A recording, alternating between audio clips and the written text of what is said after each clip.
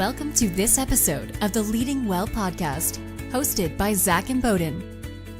This podcast is an ongoing conversation to provide you with the practical tools, inspiring stories, to awaken the passions God has placed in you, to help you lead well, both in the church and in the community. Welcome to our next Leading Well conversation. I'm here with John and Angel Beeson, and a few weeks ago we hosted our Thrive conference, and John and Angel hosted a breakout session called Disaster Relief. And so welcome, glad to have you guys here and part of the conversation today. John and Angel, tell us about who you are, and tell us about you guys. Yeah, so I'm an associate pastor here at New Life, associate teaching pastor, and am grateful to serve in a number of capacities, one of those in the context of care ministry here at New Life. And I have a counseling practice, Whole Hope Counseling, grateful to just walk alongside people in conflict and those that need to be reminded of the faithfulness of God and who they are and who He is. Yeah. You guys are married for how long, and your family? We've been married for 18 years, and we have two beautiful children, Camille, who is 15, and Soren, who is 13. Yeah, so you've been in a relationship together. So you guys personally have always dealt with conflict because you've been in a relationship for more than a day.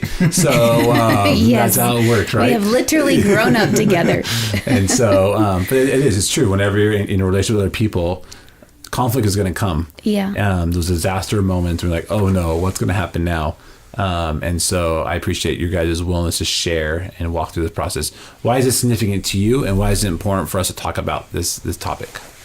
I think our world expends tons of money and time and resources trying to avoid disaster, whether it's, protecting your home from burglary, protecting our kids from falling and hurting themselves on the playground, or protecting ourselves from kind of emotional, psychological harm. And the Bible has just a totally different perspective on disaster. The Bible's perspective, essentially, in a nutshell, is, hey, disaster is going to come, and it's going to be for your good.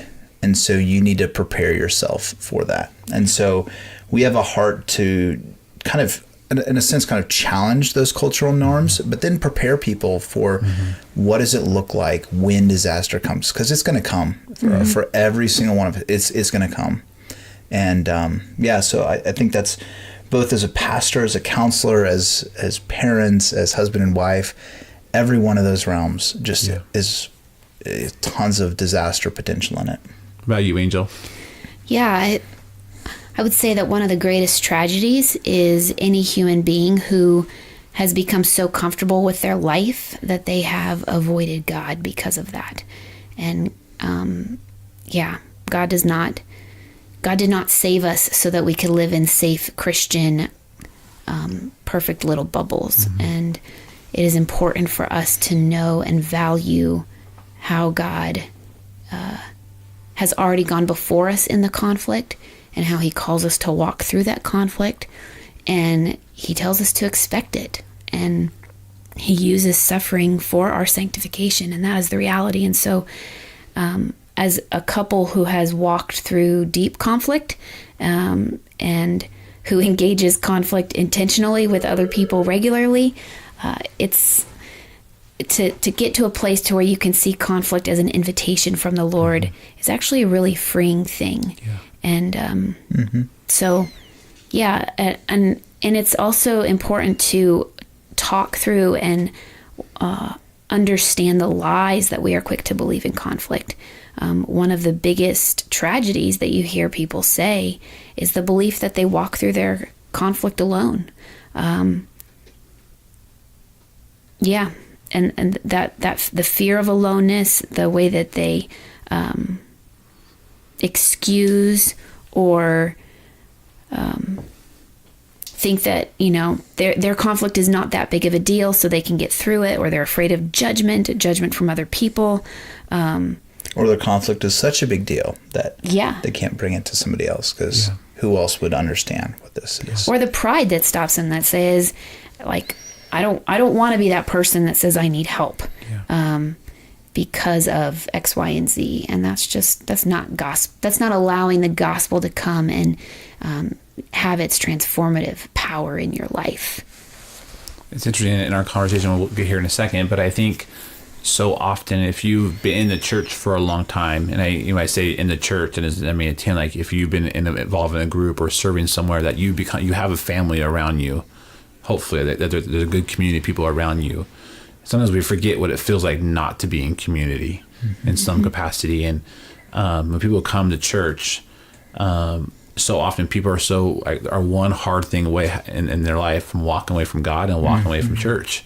Usually in those hardships, as people usually either really run towards God, but more likely they're usually running away from God or the church.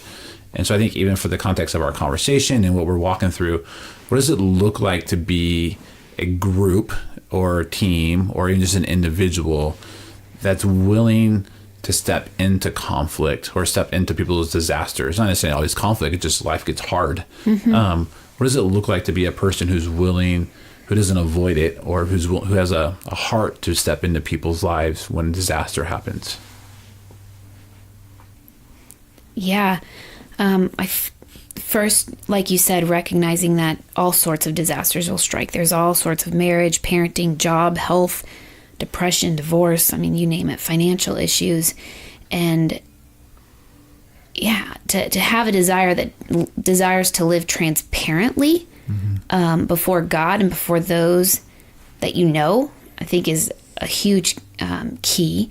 And to recognize that as a leader or one involved in a group, you can't disaster proof it. So don't try to go there.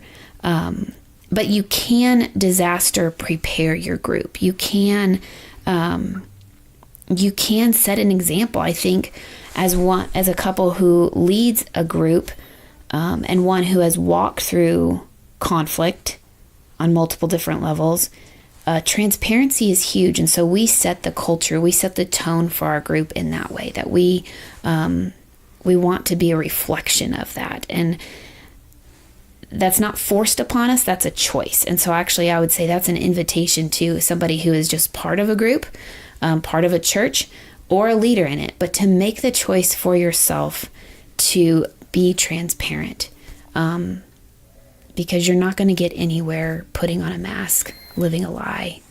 Yeah, it's kind of a surprising place to start, but I think it's so important when you ask that question of like, how do you be the person who's ready to enter into disaster? I think the first thing you need to do is from the very beginning of the relationship, that person, the person that you're connected with needs to know that you're a safe place. And a huge way to do that is just to be a person who's really honest about the disasters in your life. In the midst of those, being honest in a group, being honest about your history of whatever you've walked through.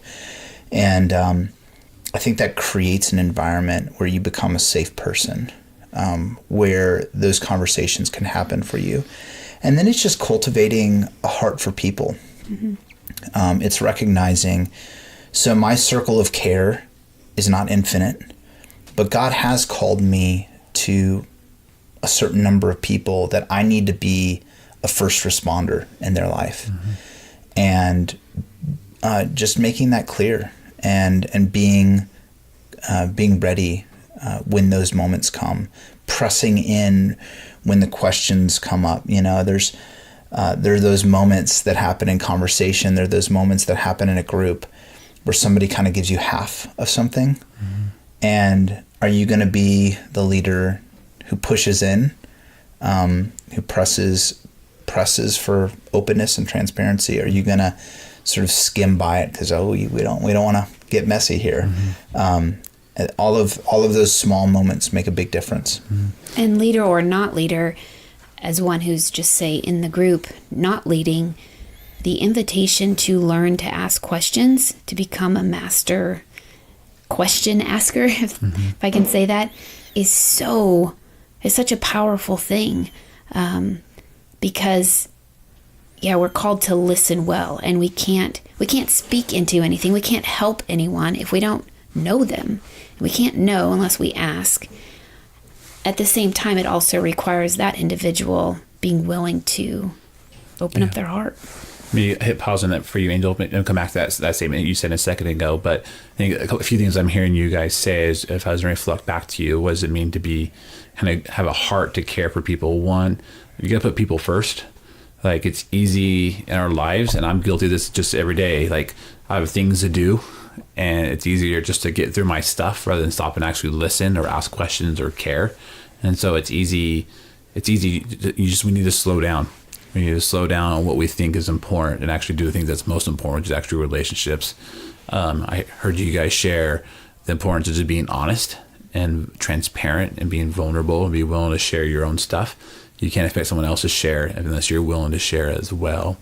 And then the other thing I think I heard you guys say in this conversation that's really important is even just creating an atmosphere where that's okay. And even though you might be willing to share, is your group, your team, even the off places you work or the people you spend time with, it's more than just a group.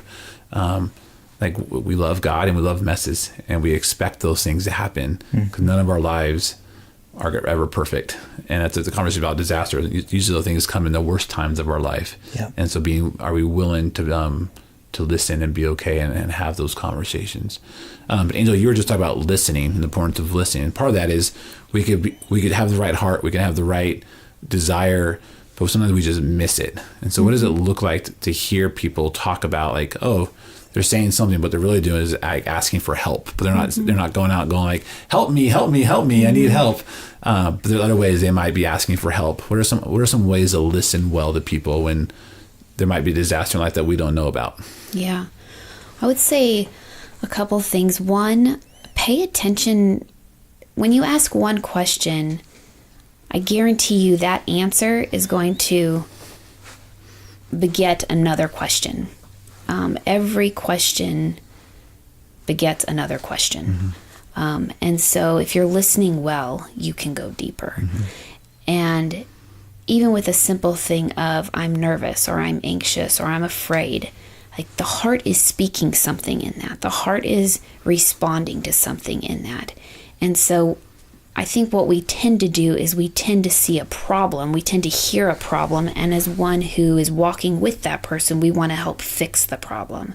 And so we make the conversation about the problem. And that's more than half the time. That's not the issue that really needs to be addressed. But to be able to listen in such a way that there's a problem for a reason. And yes, there's many factors that play into that. But for that person specifically, dig into, okay, what's the fear saying? What's the anger saying? What's the anxiety saying? Where is the trust falling? What does this say about your belief in God? Where is God? Is God a distant God, or is God God walking with you? What are you believing about yourself in this moment? Are you pursuing this conflict thinking that you're trash and all you'll ever be is trash? Or do you see yourself as one made in the image of God, made with purpose and intentionality? Both of those are going to create very different responses in how we move forward. So I think we begin by listening for the feeling and the emotion and digging deeper into questions with that. But you, Johnny, anything else you want to add to that? How to listen well? Yeah. I think different people require different listening. And so, and so sometimes you can, have the person who's the external processor, and they're just gonna, you just said hi, you say hi, and they're gonna just give a verbal dump on you. Yeah. But even that person sometimes, just because somebody's an external processor, they might not go deep. And so they might be able to say a lot without saying much. And so you still, even though they're giving you a lot, you still might need to press in. And then, on the opposite end of the spectrum is the person who is just, they really need you to ask questions because they're not gonna spill kind of what's going on. And making sure that you're asking the right questions to that person. I think in all of those things, kind of that posture of navigating those conflicts and those conversations, especially actually in times, especially I'm thinking of like a group context where there's not obvious kind of disasters going on, and speaking the reality, just bringing it, all you need to do is flip open to any part of your Bible, and the realization is that the lives of the saints are lives in the midst of disaster. Yeah. And it's God's purpose. Yeah. That's how God works. And so just having that underlying baseline assumption that you're just speaking, because you can speak that when people aren't in disaster. You don't want to speak it callously, like, well, of course, you should expect this, Yeah. Don't you know this is God's plan for you? But those are important words to hear when you're not there. Mm-hmm. And so creating kind of that baseline environment where you're both listening and pulling for it.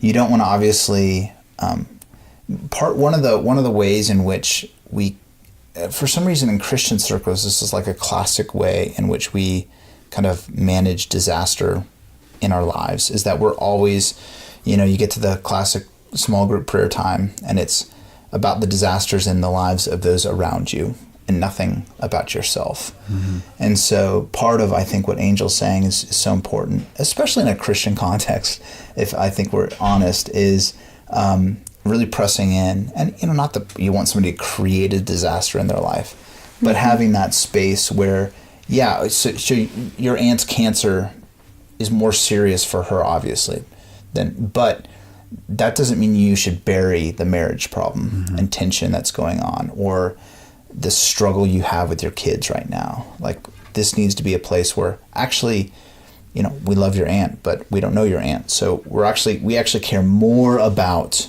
whatever even quote unquote small disasters are in your life, than sort of these disasters that you're just tangentially connected to. Yeah. An easy thing that I've been working on in my own life, because it's something that you feel like I don't know what to say in a moment, or I don't know how to respond, or what's appropriate or what's not, is learning just to be quiet. So often you feel like if I ask, like, how are you? Then somebody will just give me a 10-second response. I'm good, I'm fine, it's okay. But just like, it's easier than ask another question. You dig, which is great. But sometimes just that sense of just pause, go, how are you? And just waiting for somebody else to let them respond a little bit longer. It feels uncomfortable, maybe for the person asking the question, but the sense of just being quiet and letting somebody just take the time, like, to really respond back to you has been a really helpful skill of learning just to listen and care, rather than feel like I always have to be the one asking all the questions to dig. I think if you're quiet long enough, people know you care and they're going to respond back to you. I think that's such a good point. I think we are so, as a culture, so uncomfortable with silence. As a counselor, I love silence in the sense that it's an invitation. And so the more that I do agree that if we can learn to be okay with those pauses as a means of drawing people out, I think is a very good thing. Yeah. If we kind of took this conversation to context a little larger to a group, if you're a group, or just if somebody's responding or sharing their conflict or their disaster, what are some helpful tools, helpful things that maybe things we shouldn't say or do, or things that we should do that are really helpful to help somebody in the midst of their disaster?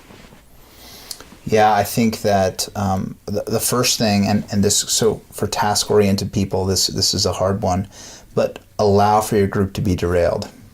If the disaster going on in this marriage right now in front of you means you don't get your Bible study, that's okay. That's a good thing, actually. So I think part of it is just, and it's okay. Now, your small group could be consumed with like one person's disaster for a prolonged period of time. That's unhealthy, right?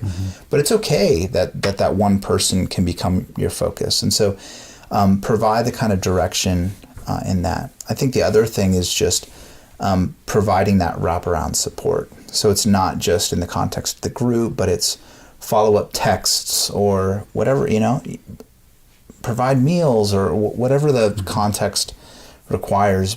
Be be those who are being proactive with that.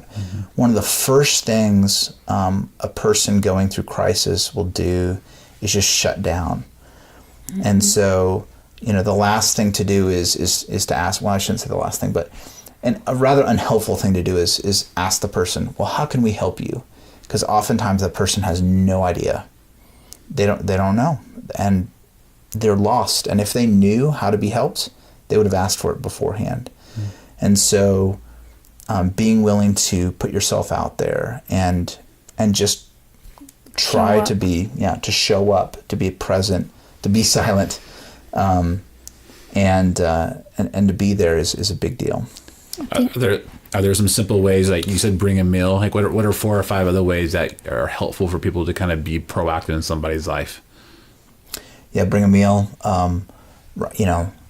Old-fashioned U.S. post mail people don't get a lot of mail. Mail's a great thing. Texting, calling. I would say it depends the kind of person, but resources sometimes are helpful.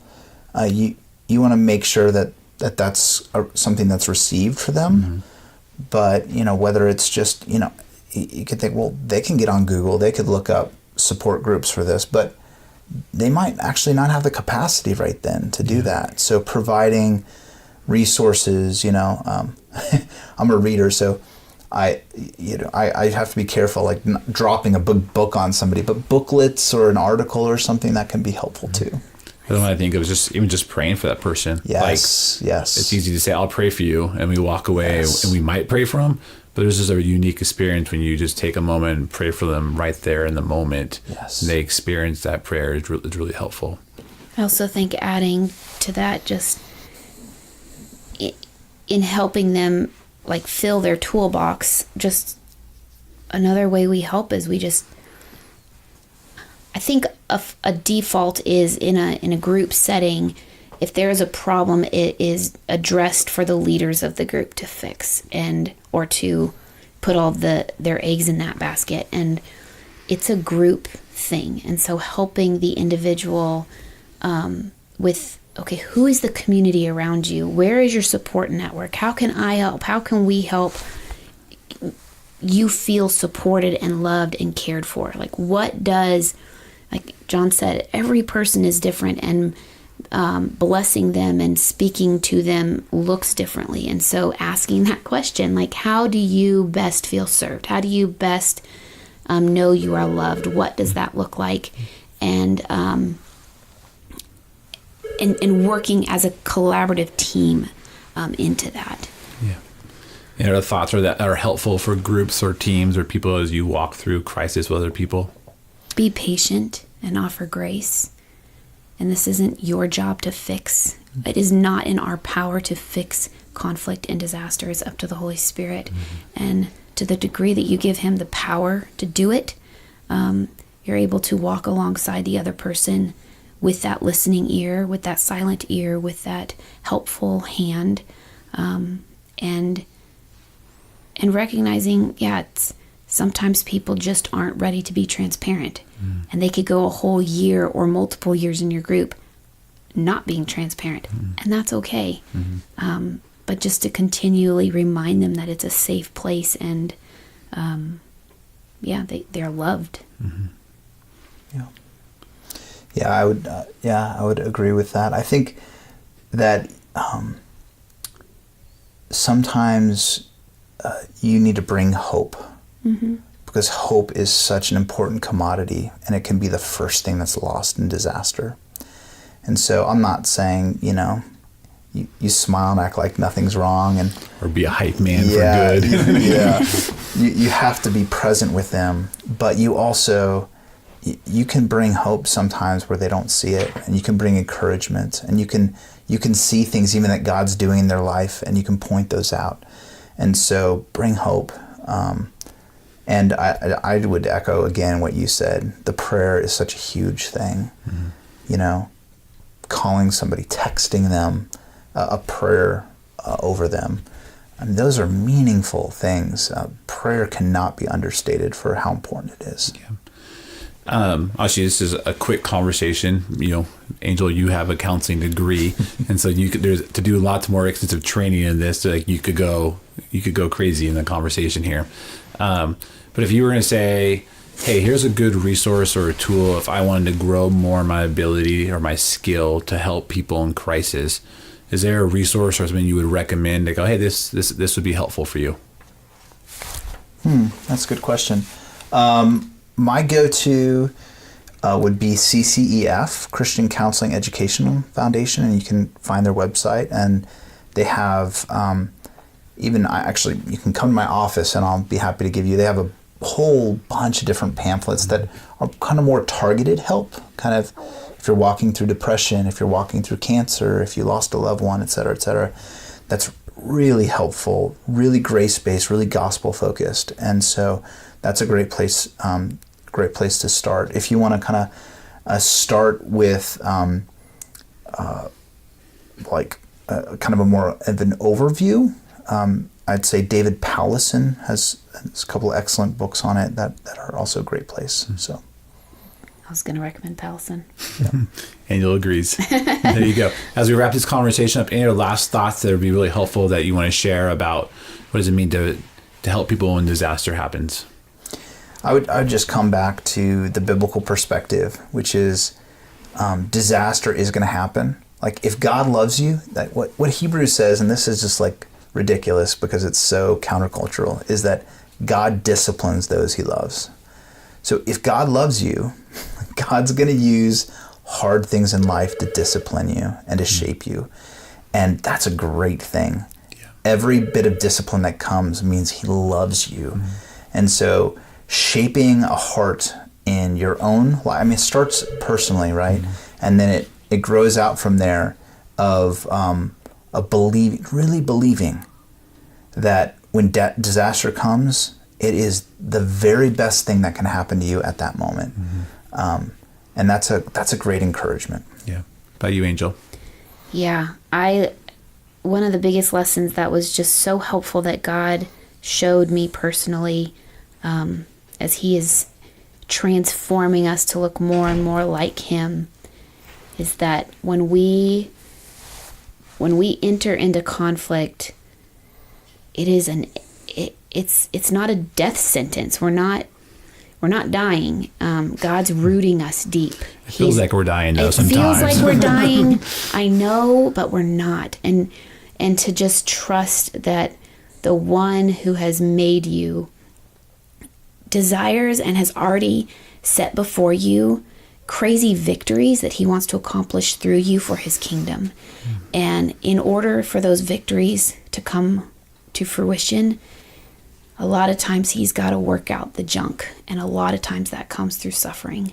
And so to see the trial as one where God is rooting you deep, like rich soil, so that he can just make something beautiful out of it. And it's been a very freeing thing to see conflict as an invitation from God, to run to him, to depend upon him, to see God for who God is, to die to self.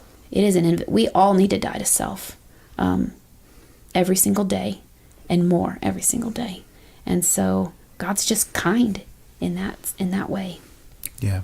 So the ability for us in groups or teams or have your context of people around you.